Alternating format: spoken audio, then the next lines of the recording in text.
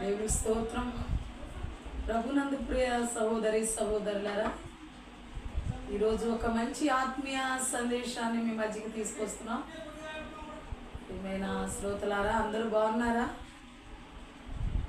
చిన్న ప్రార్థన చేసుకుందాం. పరలోకమందున మా కన్న తండ్రి, గొప్ప దేవా, మీ ఘనమైన నామమునికి స్తుతులు, స్తోత్రాలు, కృతజ్ఞత స్తోత్రాలు. నమ్మదగిన నా యేసయ్య, మీకే వందనాలు, స్తోత్రాలు. నా నాయనా, నీకే వందనాలు. నీ వాక్యాన్ని మాట్లాడగలిగిన జ్ఞానము, తెలివిని నాకు అనుగ్రహించండి. వినగలిగిన చెవి, గ్రహించగలిగిన మనస్సును నీ బిడ్డలందరికీ అనుగ్రహించమని, మీ కృప తోడుగా ఉంచి సహాయం చేయమని యేసు నామమున అడిగి వేడుకొనుచున్నాము తండ్రి, ఆమేన్. దేవునికి స్తోత్రం. హల్లెలూయా. ఏమైనా సహోదరి సహోదరులారా, రోజు ఒక మంచి ఆత్మీయ సందేశం. దేవుణ్ణి హత్తుకొనుట. దేవుని హత్తుకోవాలి. చాలామంది మేము ఎప్పటి నుంచో 30 సంవత్సరాల నుంచి 20 సంవత్సరాల నుంచి దేవుని మందిరానికి వెళుతున్నాం, దేవునిలో ఉంటున్నాం, దేవుని అంటు కట్టబడి ఉంటున్నాం అని చెప్తూ ఉంటారు. నిజమే, మంచిదేనండి. మరి ఎన్నో ఆత్మీయ విషయాలు మీకు తెలిసేవంటి, ఎన్నో అనుభవాలు మీ క్రైస్తవ జీవితంలో ఎన్నో అనుభవించి ఉంటారు, దేవుని మహిమలు ఎన్నో చూచి ఉంటారు. అయితే ఇంకాను నేను విశ్వాసమును వృద్ధి పొందించేలాగా, ఇంకాను దేవునికి మరి దేవునిలో హత్తుకుని ఉండటం ఎలాగో, మరి నా ఆత్మీయ జీవితంలో కూడా మరి మీకు కొన్ని విషయాలు నేను మరి అందించాలని అనుకుంటున్నాను. దేవునికి స్తోత్రం. హల్లెలూయా. దేవుని హత్తుకునే విషయంలో హత్తుకున్నాము అని చెప్తున్నారు, కానీ మంచి వాటిని హత్తుకుంటలేదు.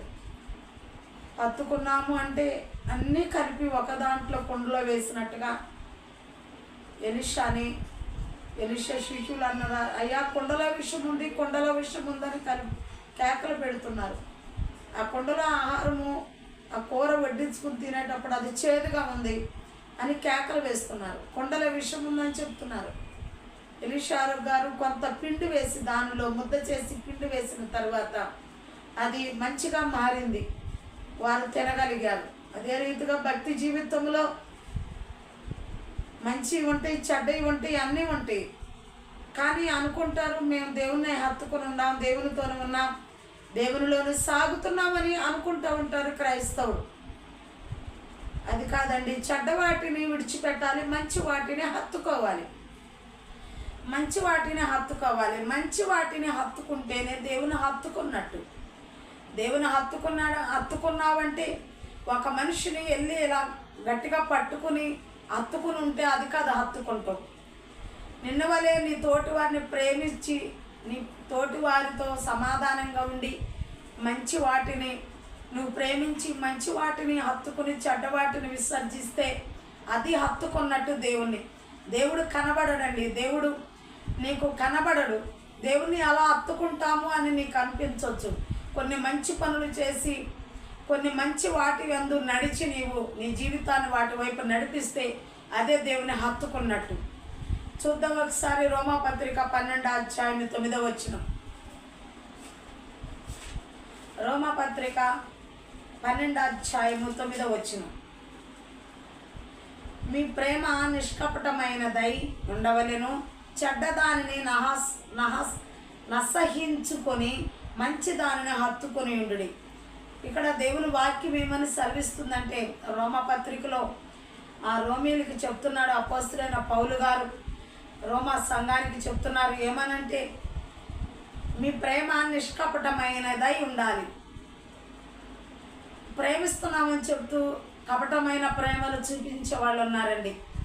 కపటమైన ప్రేమలు చూపించటం వలన నీవు అనుకున్నావు, నేను క్రైస్తవురాలనే, దేవుని హత్తుకుని ఉన్నాను, దేవుని సన్నిధికే వెళుతున్నాను, దేవుని సంఘంలో ఒక ఆత్మగా నేను ఉంటున్నాను, దేవుని సంఘంలో ఒక గొర్రె పిల్లగా నేను ఉంటున్నాను, మంచి లక్షణాలు కలిగి ఉన్నాను, క్రమంగా మందిరానికి వెళ్తున్నాను, కానుకలు క్రమంగా ఇస్తున్నాను, ఏది ఎక్కడ నేను పొరపాటు చేయట్లేదు అని నువ్వు అనుకుంటున్నావు.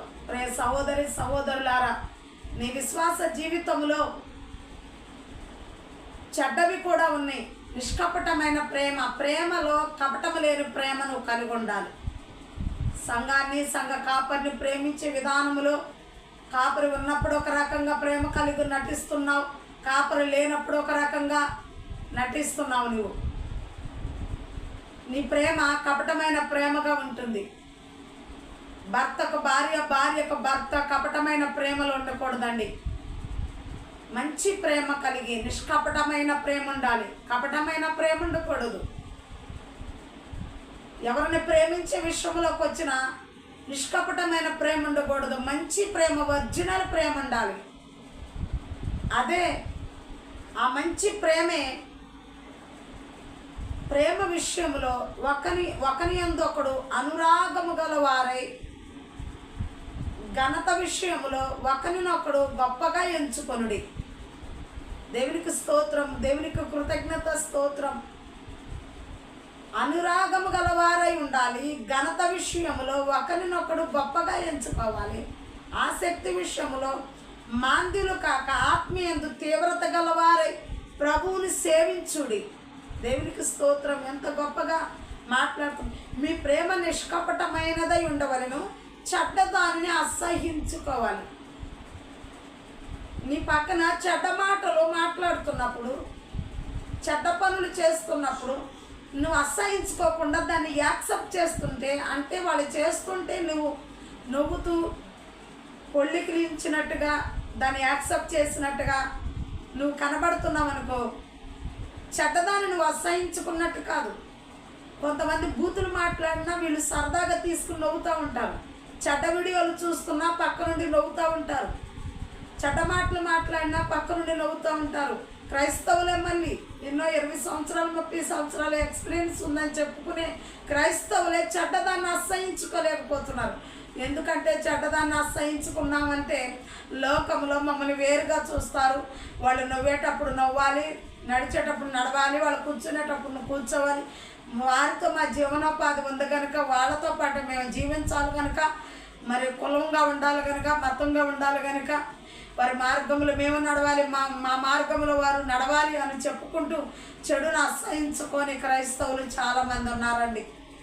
రహస్యమందు వాళ్ళ మందిరానికి వెళ్తే లోపల భక్తిగానే ఉంటారు, కానీ చెడుని అసహించుకోలేకపోతున్నారు. చెడును దూరంగా పెట్టలేకపోతున్నారు. ఆ చెడును దూరంగా పెట్టనంత కాలము దేవుని నువ్వు హత్తుకున్నట్టు కాదు. దేవుని హత్తుకుంటామంటే చెడును కూడా నువ్వు దూరంగా పెట్టాలి, చెడును అసహించుకోవాలి.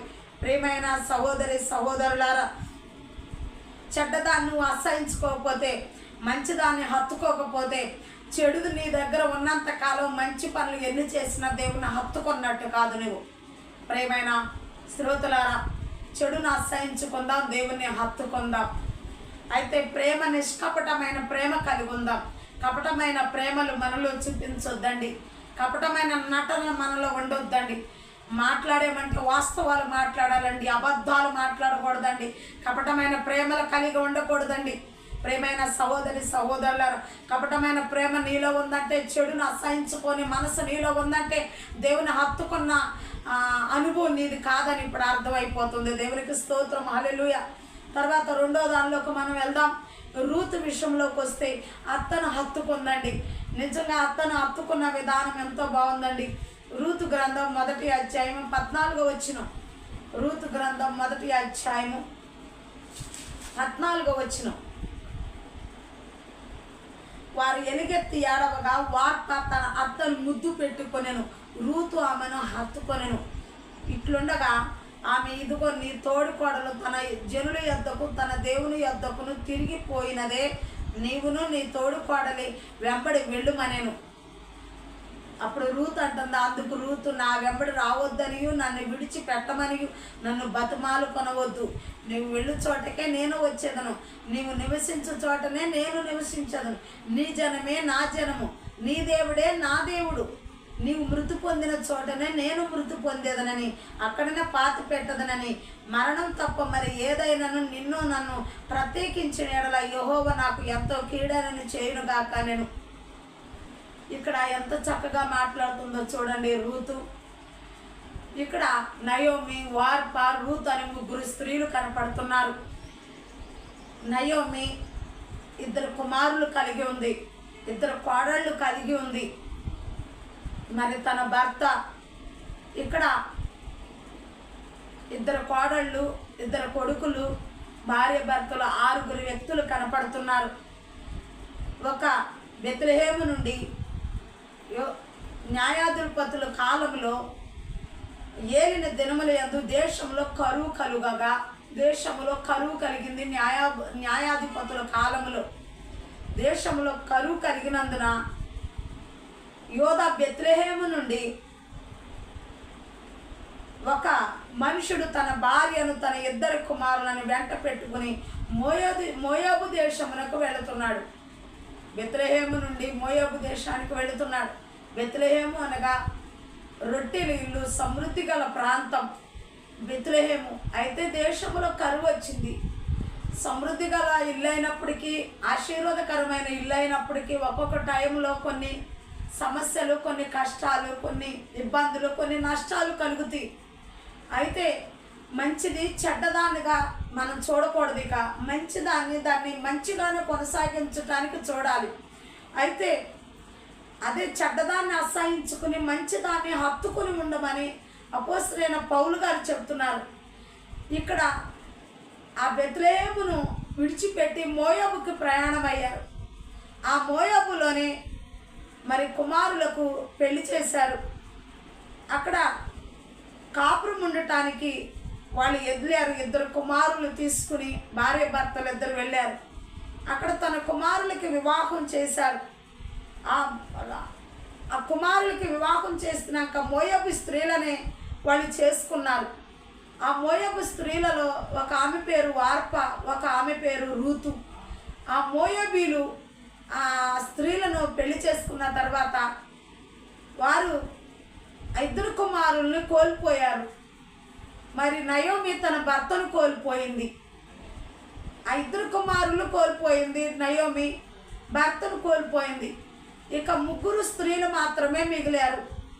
అయితే నయోమి అంటుంది, నన్ను నయోమి అనొద్దు, నయోమి అనగా మధురం, నన్ను నయోమి అనొద్దు, నన్ను మాల అనండి, చేదు అనండి అని చెప్తుంది.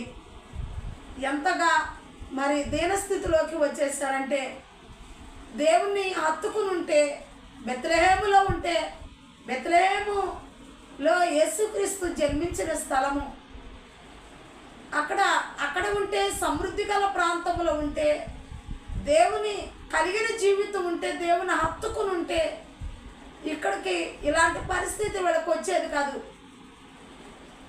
మరి మోయాబీలు అమ్మోనీలు అనగా లోతు సంతానం అనబడిన లోతు కుమార్తెల ద్వారా కలిగిన సంతానం మోయాబీలు.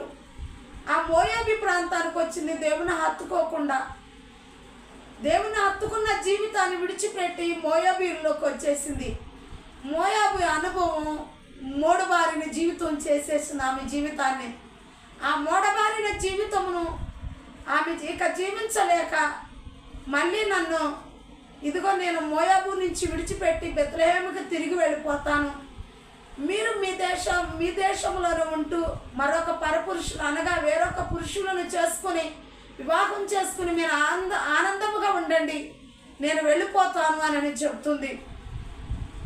అయితే ఆ మోయాబీ స్త్రీలు అంటున్నారు, ఒక స్త్రీ ముద్దు పెట్టుకుంది, పైకి కనపడినట్టుగా హత్తుకున్నట్టుగా కనపడుతుంది, పైకి కనపడే హత్తుకుంటుంది. దగ్గరకు వచ్చింది, తన దగ్గరకు వచ్చి తను కౌగిలించుకుని ముద్దు పెట్టుకుంది.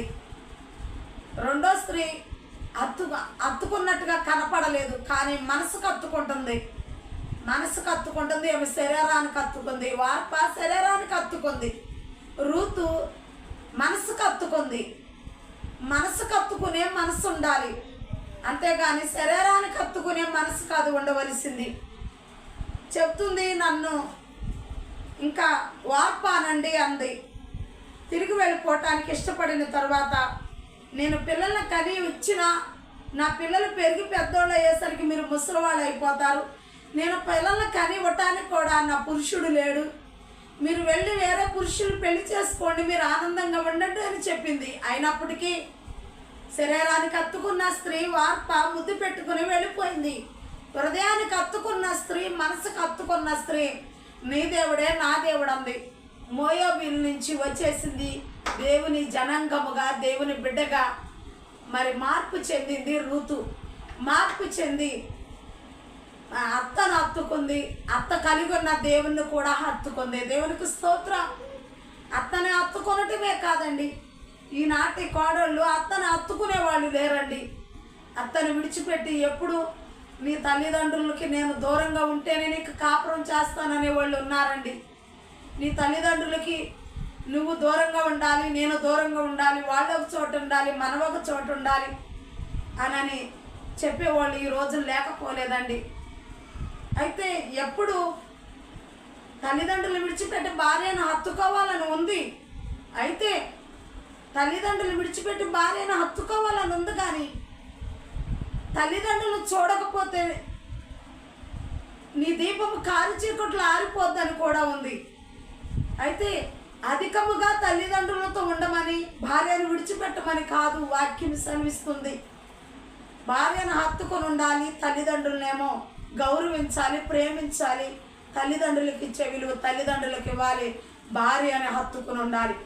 ప్రియమైన సహోదరి సహోదరులారా, ఇక్కడ భర్త లేడు, భర్తను కన్నా తల్లి ఉంది కనుక ఇంకా నా మోడబారిపోయిన జీవితాన్ని వెలిగించుకుంటాం కంటే, క్రీస్తులో వెలిగించుకుంటాం, శరీరానుసారంగా వెలిగించుకుంటాం కంటే క్రీస్తు యేసులో నా జీవితాన్ని వెలిగించుకుందామనే రూతు ఆలోచన కలిగి ఉంది. దేవునికి స్తోత్రం, హల్లెలూయా. ప్రియమైన సహోదరి సహోదరులారా, లోకానుసారమైన జీవితం వెలిగించుకొనటం కంటే క్రీస్తులో నీ జీవితం వెలిగించబడటం, క్రీస్తును హత్తుకొనటం, క్రీస్తు కలిగి ఉన్న ఆమెను హత్తుకుంటే క్రీస్తుతో హత్తుకున్నట్టేనని గ్రహించింది. చెడ్డదాన్ని విడిచిపెట్టి మంచిదాన్ని హత్తుకుంటే ఆ మంచిలో యేసుక్రీస్తు కనపడుతున్నాడు. ఆ క్రీస్తును నువ్వు హత్తుకున్నట్టే. రోమా సంఘానికి, రోమీలకు చెప్తున్నాడు అపోస్తలుడైన పౌలు, చెడ్డదాన్ని విడిచిపెట్టి నిష్కపటమైన ప్రేమ కలిగి ఉండండి. కపటమైన ప్రేమతో కపటమైన ప్రేమను చూపించొద్దు, కపటమైన ముద్దులు పెట్టొద్దు అని ఇక్కడ స్పష్టంగా రూతును వార్పను చూపిస్తుంది. దేవునికి స్తోత్రం, హల్లెలూయా. చెడ్డదాన్ని విడిచిపెట్టి మంచిదాన్ని హత్తుకోవాలి. మంచిదే బెత్లెహేము, ఆ మంచి ప్రాంతానికి మళ్ళీ అత్తతో పాటు రావటానికి అత్తను హత్తుకుని ఉంది రూతు. దేవునికి స్తోత్రం, హల్లెలూయా. ఎంత గొప్ప ఆశ్చర్య కార్యమండి. నిజంగా ఆ యవనస్తురాలు ఒక బిడ్డకు కూడా తల్లవలేదండి. యవనస్తురాలు భర్తను కోల్పోయింది. తన శరీర కోరికల కొరకు, తన శరీర ఆశల కొరకు పరిగెత్తలేదండి. ఆత్మానుసారమైన జీవితాన్ని కలిగి ఉండటానికి మోయాబీరాలైనప్పటికీ రూతు ఇష్టపడిందండి. దేవునికి స్తోత్రం, హల్లెలూయా. ప్రియమైన సహోదరి సహోదరులారా, ఆమె ద్వారా, ఆ రూతు ద్వారా ఎంత చక్కగా మరి ఇక్కడ బోయేజు, ఇక్కడ చెప్తున్నారు బోయేజును పెళ్లి చేసుకుంది. బోయేజు నుంచి ఒబేదేను వచ్చాడు, ఒబేదే నుంచి యెషయా వచ్చాడు, యెషయా దావీదును కన్యను, దావీదు ద్వారా యేసుక్రీస్తు వచ్చారు. రూతు యేసుక్రీస్తు జన్మించటానికి ఆ గోత్రంలో ఒక భాగంగా చేర్చబడింది, ఆ గోత్రికురాలుగా చేర్చబడింది. ఎందుకంటే యేసుక్రీస్తు జన్మ వంశావళిలోకి రూతు కూడా చేర్చబడిందంటే ఎంత ఆశ్చర్యకార్యమండి. మోయాబీరాలైనప్పటికీ ప్రియమైన సహోదరి సహోదరుల, దేవుని హత్తుకుంటే ఒక మంచి జీవితం నీకు కలుగుద్ది. దేవుని నమ్ముకున్న వారిని హత్తుకుంటే ఒక మంచి జీవితం నీకు కలుగుద్ది. రూతుకి ఒక మంచి జీవితం కలిగిందండి. మనిషిని హత్తుకుంది, దేవుని నమ్ముకున్న వ్యక్తిని హత్తుకుంది, మంచి జీవితం ఆమెకు వచ్చింది. మంచిదాన్ని హత్తుకుంటే దేవుడు మంచి జీవితాన్ని నీకు ఇస్తాడు. చెడ్డదాన్ని హత్తుకుంటే చెడ్డ జీవితం నీకు, ఏది విత్తుతావో ఆ పంటే కోసుకుంటావు. మంచిదాన్ని నువ్వు హత్తుకుని ఉంటే మంచిని కోసుకుంటావు, చెడ్డదాన్ని హత్తుకుంటే చెడ్డదాన్ని నువ్వు అనుభవించాల్సి వస్తుంది. ప్రియమైన సహోదరి సహోదరులారా, తర్వాత చూద్దాం అపోస్తుల కార్యాలు 11వ అధ్యాయం 23వ వచనం. అపోస్తుల కార్యాలు 11వ అధ్యాయం, అపోస్తుల కార్యాలు 11వ అధ్యాయం 23వ వచనం.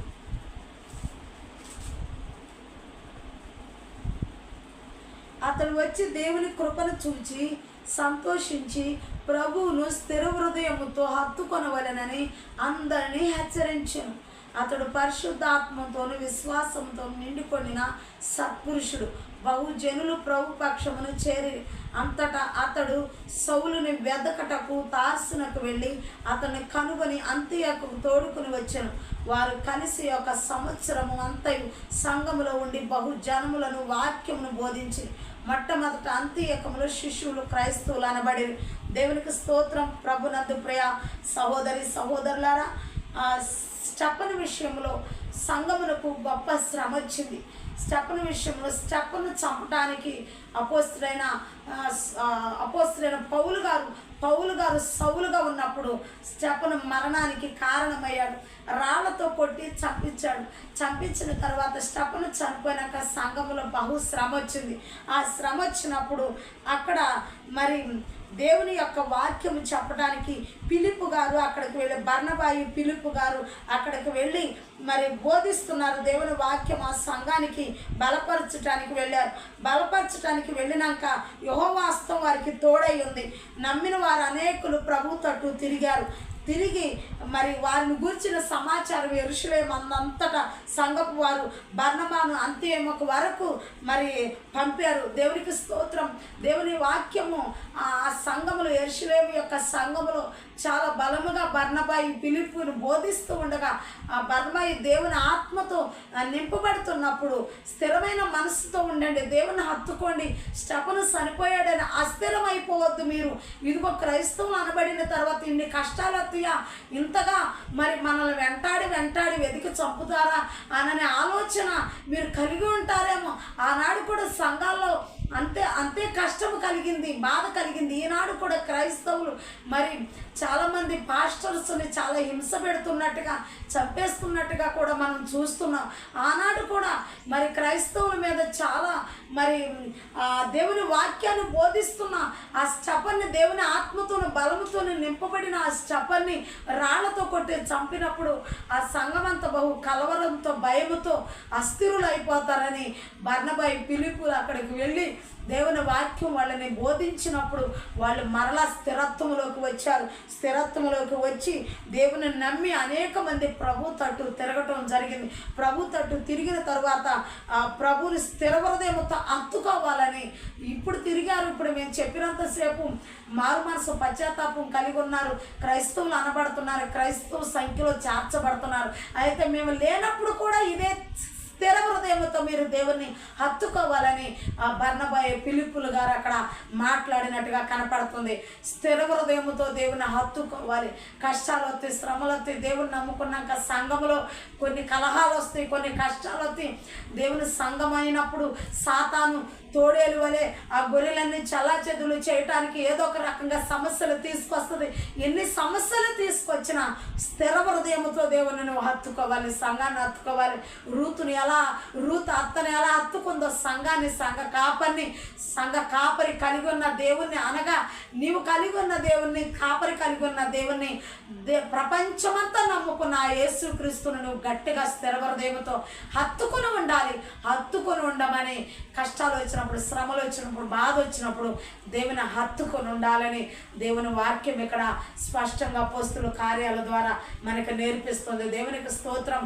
అస్థిరమైన హృదయంతో ఉండొద్దండి. సంఘంలో గలిబిలులు వస్తూ ఉంటాయి. అయినను నీవు ఆనుకున్న విధానం గుర్తు చేసుకుని, నువ్వు మేలు పొందుకున్న విధానం గుర్తు చేసుకుని, నీవు సంతోషంగా ఉన్న దినాలు గుర్తు చేసుకుని, నీవు దేవుని ఆత్మతో నింపబడిన దినాలు గుర్తు చేసుకుని స్థిరమైన మనసుతో దేవుని హత్తుకో. అంతే తప్ప అస్థిరమైన మనసు మనకు ఉండకూడదని అపోస్తులైన పౌలు గారు ఇక్కడ స్పష్టంగా అనగా మరి బర్నబా గారు, ఇది బర్నబా గారు ఫిలిప్పు గారు అపోస్తులైన పౌలు మారినట్టుగా 9వ అధ్యాయంలో అపోస్తుల కార్యం 9వ అధ్యాయం 10వ అధ్యాయం అంతా అపోస్తులైన సౌలు పౌలుగా మారటం, దేవుని సావుకులుగా అననీయ ప్రవక్త ద్వారా అభిషక్తుడు అవ్వటం, మరి బాప్తిసం పొందటం, దేవుని యొక్క స్వార్థ బోధించటం మీరు విని ఈ పౌలు గారు ఎక్కడున్నారో వెతకటానికి బయలుదేరారు. ఆయన కూడా కలుపుకుని స్వార్థ పరిచర్యలో ముందుకు సాగుదామని అస్థిరమైన మనసు కలిగిన వారిని అందరినీ స్థిరమైన మనసు కలిగి ఉండేలాగున దేవుని హత్తుకునేలాగున చేయాలని వీరు సేవ పరిచర్యలో ప్రయాణాలు కొనసాగిస్తున్నారని, సాగిపోతున్నారండి. సేవలో పరుగులు తీస్తున్నారండి. అలాగే మనం కూడా అస్థిరమైన మనసును కలిగి కలిగి ఉండకుండా స్థిరమైన మనసు కలిగి దేవుని హత్తుకోవాలని, కష్టాల్లో శ్రమల్లో కూడా దేవుని హత్తుకొని ఉండాలని దేవుని వాక్యము స్పష్టంగా సెలవిస్తుంది. దేవునికి స్తోత్రం. అదే అపోస్తుల కార్యాలు 17వ అధ్యాయము 32వ వచనం కూడా చూద్దాం. 17వ అధ్యాయము 32వ వచనం.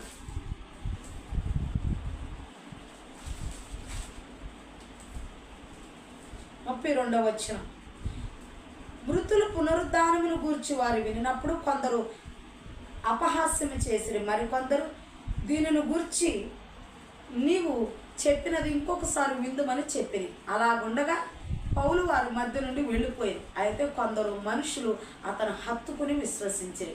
వారిలో అరియోపగీతుడైన దియోనూసియో డమరి అను ఒక స్త్రీ వీరితో కూడా మరికొందరు ఉండేది. దేవునికి స్తోత్రం. హల్లెలూయా. అయితే అపోస్తలుడైన పౌలు గారిక సౌలు పౌలుగా మారిన తర్వాత ఇదిగో దేవుని వాక్యము ప్రచారం చేస్తున్నారు, ప్రకటిస్తున్నారు. ప్రతి ప్రాంతానికి తిరుగుతున్నారు, దేవుని వాక్యము ప్రకటిస్తూ ఆయన ఒక అంశాన్ని తీసుకున్నారు. ఏమంటే మృతులు పునరుద్ధాన శక్తిని పొందుకుంటారు. యేసుక్రీస్తు పునరుద్ధానుడయ్యాడు, తిరిగి లేచారు. అనగా మరణించి మరల తిరిగి లేచారు. పునరుద్ధాన శక్తి కలిగి ఉన్నారు. ఆయన పునరుద్ధానుడయ్యారు కనుక మనము కూడా మృతులైన వారు తిరిగి లేస్తారు. ఆయన బోరు శబ్దం వినబడగానే సమాధులు తెరవబడతాయి. ఇదిగో ప్రభువునందు నిద్రించిన వారు మొదట లేస్తారు, ఆ తర్వాత కనమవారు ఎత్తబడతారని, సంఘం ఎత్తబడతారని, దేవుని ఆత్మ సంఘముతో పాటు వెళ్ళొద్దని, ఇక భూమి మీద దేవుని ఆత్మ ఉండదని, విడవబడిన వారికి 7 ఏళ్ళు శ్రమలని ఈ వాక్యమంతా ఆనాటి ప్రజలకు చెప్తున్నాడు అపోస్తలుడైన పౌలు గారు. చెబుతుంటే అప్పుడు వాళ్ళు కొంతమందికి ఏమో అపహాస్యం కలిగిందంట. చచ్చిపోయిన వాళ్ళు తిరిగి లేగుతారా? చచ్చిపోయిన వాళ్ళు తిరిగి లేవటం, లాజరు తిరిగి లేవలేదండి. దేవుడు అందరూ చూస్తూ ఉండగా ప్రభువులు వారు లాజరు రమ్మని గారి తిరిగి లేచాడు. కానీ చచ్చిపోయిన వారు ఇదిగో పాడి మోసుకెళ్తుంటే వెధవరాలు కుమారుడు ఇదిగో గొల్లుమంట ఏడ్చుకుంటూ వెళ్తుంటే ఆయన కనికరపడి ఆ వెధవరాలు కుక్క గారి ఒక కుమారుడు అనే పాడిని ముట్టి ఆ కుమారుడు లేపలేదండి. ప్రియమైన సహోదరి, ద్వారకా చనిపోతే చక్కగా మంచి వస్త్రాలు కుడుతున్న ద్వారకా చనిపోతే, మంచి పేరు కలిగిన స్త్రీ చనిపోతే, దేవుడు నమ్ముకున్న బిడ్డ చనిపోతే పేతురు వచ్చి ప్రార్థన చేసి ద్వారకాను లేపలేదండి. ప్రియమైన సహోదరి అదే చెప్తుంటే కొంతమంది ఆనాటోళ్ళు మరి అపహాస్యం చేశారట. మరి కొందరు దీని గురించి చెప్పినది ఇంకొకసారి విందుమని ఈ వాక్యం మరలా ఆ మృతులు పునరుద్ధానం లెగుతారా? లేచిన తర్వాత పరమనికి ఎక్కుతామా? పరదేశంలో భద్రం చేయబడతామా? మరి తీర్పు దినాన నిలబడకుండా ఆయనతో పాటు ప్రభువునందు నిద్రించిన వారు తీర్పు అయిన తర్వాత ఆయనతో కూడా నిత్యం ఆయన ఉన్నట్టుగానే చూస్తామా? ఆయనతో ఉంటామా అన్న భావన వాళ్ళలో చాలా సంతోషాన్ని, ఆనందాన్ని మరొకసారి వినాలి. మరొకసారి ఆయన రాకడ యొక్క సూచనల గురించి చెబుతుంటే, మృతుల పునరుద్ధానం గురించి చెబుతుంటే మరొకసారి వినాలనిపించింది కొంతమందికి ఏమో ఇది అపహాస్యంగా అనిపించింది. ఆ వినాలనిపించిన వారందరూ అపోస్తలుడైన పౌలు వాక్యాన్ని, అపోస్తలుడైన పౌలు గారిని హత్తుకోవాలనిపించిందండి. దేవునికి స్తోత్రం. హల్లెలూయా. ఆ వాక్యాన్ని హత్తుకోవాలి.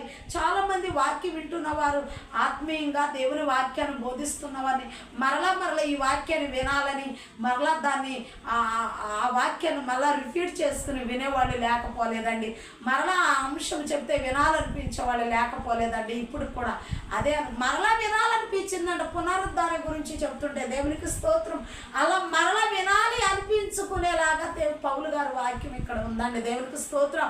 ప్రియమైన సహోదరులారా, ఇదిగో ముఖ్యమైన నీ జీవితానికి హత్తుకునే వాక్యం ఏదన్నా చెప్పినప్పుడు, ఆ విన్నప్పుడు నీవు ప్రవక్తలు నోటముటే కానీ, సావుకులు నోటముట కానీ, తన దాసులు నోటముట వచ్చినప్పుడు, యాజకులు నోటముట వచ్చినప్పుడు నీకు మరలా వినాలనిపిస్తుందండి. అదే దేవుని హత్తుకునటం అండి. దేవునికి మరి ఇష్టరాలుగా జీవించటం అండి. దేవునికి స్తోత్రం. నీ హృదయానికి వాక్యం హత్తుకుంది, నువ్వు దేవునికి హత్తుకుంటున్నావు. దేవుని కృతజ్ఞత స్తోత్రం. వారు అయితే కొందరు మనుషులు అతని హత్తుకుని విశ్వసించరి. అతన్ని హత్తుకుని, అక్కడ పౌలు గారిని పక్కన పెట్టి దేవుని హత్తుకుని అంటే బాగుంటుంది. ఇంకా దేవుని కృతజ్ఞత స్తోత్రాలు.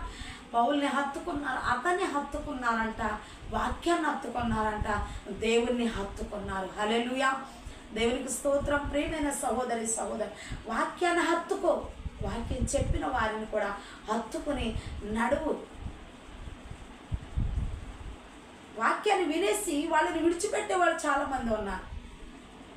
హోటల్లో టిఫిన్ చేసి ఆ హోటల్కి బిల్లు కట్టని వాళ్ళు చాలామంది ఉన్నారు. అనగా ఏ సంఘంలో వాక్యం వింటున్నావో ఆ సంఘాన్ని హత్తుకొని ఉండకుండా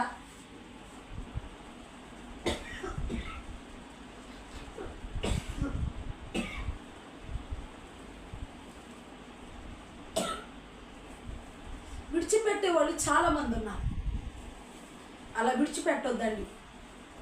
దేవుణ్ణి హత్తుకుని ఉందాం, సంఘాన్ని హత్తుకుని ఉందాం, దేవుని పిల్లల్ని హత్తుకుని ఉందాం. ఇదిగో రూతుని హత్తుకుంది, నయోమిని హత్తుకుంది, అత్తని హత్తుకుంది, తన జీవితం బాగుపడింది. ఆత్మీయ అంశాలు చెప్పేవారిని హత్తుకుని ఉంటే ఆత్మీయ జీవితాన్ని నేర్చుకుంటావు. దేవుణ్ణి హత్తుకునేలాగా ఆ వాక్యాలు నేను నడిపిస్తాయి. పాత నిబంధనలో కూడా మోషే ధర్మశాస్త్రాన్ని నా ఆజ్ఞలను అనుసరించి నడుస్తూ నా ఆజ్ఞలను హత్తుకుని ఉంటే, దావీదు కీర్తనలో కూడా 119:31 కూడా 119వ కీర్తన 31 నీ ఆజ్ఞలను నేను హత్తుకుని, నీ ఆజ్ఞలను అనుసరించి వాటిని హత్తుకుని నడుస్తున్నాను, నన్ను సిగ్గుపడనియొద్దయ్యా అని దావీదు గారు చెప్తున్నారు, కీర్తనకారుడు చెప్తున్నారు. దేవుని వాక్యాన్ని, దేవుని యొక్క ఆత్మీయ భావాలను చెప్పి వారిని హత్తుకుని నువ్వు నడిస్తే నీ జీవితం మంచి బాటలో నడుస్తుంది. మంచి వాటిని హత్తుకో, చెడ్డ వాటిని వదిలిపెట్టే. మంచి వాటి అందే మనసు పెట్టు. ఆత్మీయ జీవితాన్ని, మంచి ఆత్మీయ జీవితంలో నడువు. మంచి ఆత్మీయ జీవితాన్ని ఎంపిక చేసుకో. ఆ ఆత్మీయ వాక్యాలను హత్తుకుని ముందుకు సాగు. అప్పుడు నీ ఆత్మీయ జీవితము కూడా దినదినము బలాభివృద్ధి నొందుద్ది. ఆత్మీయ వాక్యాలు వింటే, ఆత్మీయ అంశాలు నువ్వు నేర్చుకుంటే, వినగలిగితే, నీ హృదయంలో దాచుకోగలిగితే దినదినము నీ ఆత్మీయ జీవితం అభివృద్ధి చెందుతూ ఉంటుంది. దేవుని నీవు ఎప్పుడు హత్తుకుని ముందుకు కొనసాగుతావు. దేవునికి స్తోత్రం, హల్లెలూయా. ప్రియమైన సహోదరి సహోదరులారా, మంచి వాటిని హత్తుకుందాం. కుటుంబంలో మంచి మార్గంలో నడిపిస్తున్నా మరి పెద్దవారిని హత్తుకుందాం. ఆత్మీయ వాక్యాలు బోధిస్తున్నా కాపరిని హత్తుకుందాం. దేవుని కృతజ్ఞత స్తోత్రాలు. పునరుద్ధానము ప్రతి ఒక్కరికి కావాలండి. పునరుద్ధాన శక్తి ప్రతి ఒక్కరికి కావాలి. అవిశ్వాసంతో అనగా అస్థిరముగా హత్తుకోవద్దండి, స్థిరముగా హత్తుకుందాం. పునరుద్ధాన శక్తిని పొందుకునేలాగా హత్తుకుందాం. ఈ 4 మాటలు మన హృదయానికి హత్తుకునేలాగా చిన్న ప్రార్థన చేస్తున్నాను. దేవుడి ఇంటి వాక్యాన్ని దీవించి ఆశీర్వదించుగాక. పరలోకమందున మా కన్న తండ్రి, గొప్ప దేవా, ప్రియ శ్రోతలు ప్రభువా, ఈ వాక్యాన్ని విన్నారయ్యా. ఈ వాక్యంలో ప్రభువా వారు నానైనా వారి జీవితాన్ని ప్రభువా నీ సన్నిధిలోకి వారి జీవితాన్ని నడిపించుకుని అయ్యా, నీ ముందుకు నీ జీవితాన్ని, వారి జీవితాన్ని నడిపించుకుని నీ పాదాల దగ్గరికి వారి జీవితాన్ని నడిపించుకొని నిన్ను హత్తుకుని ఉండే కృపను దాయిచ్చే దేవా. మీకే కృతజ్ఞతాస్తుతులు, స్తోత్రా. నీవు తప్ప మాకెవరున్నారయ్యా ఈ లోకంలో? నీవే మా ప్రభుడవు, నీవే మాకు క్షేమాధారం, నీవే మా ప్రభుడు అయ్యా. నీకే వందనాలు, స్తుతులు, స్తోత్రాలు, కృతజ్ఞత స్తోత్రాలు అయ్యా. నీకే వందనాలు. ప్రతి ఒక్క హృదయంలో ఈ వాక్యం విన్న ప్రతి ఒక్కరు కూడా ఆయా వారి హృదయంలో నానైనా కార్యరూపం దాల్చే కృపను దాయిచ్చి అయ్యా. నీకే వందనాలు, స్తుతులు, స్తోత్రాలు. మహాగణుడు అయిన దేవా, మీకే కృతజ్ఞత.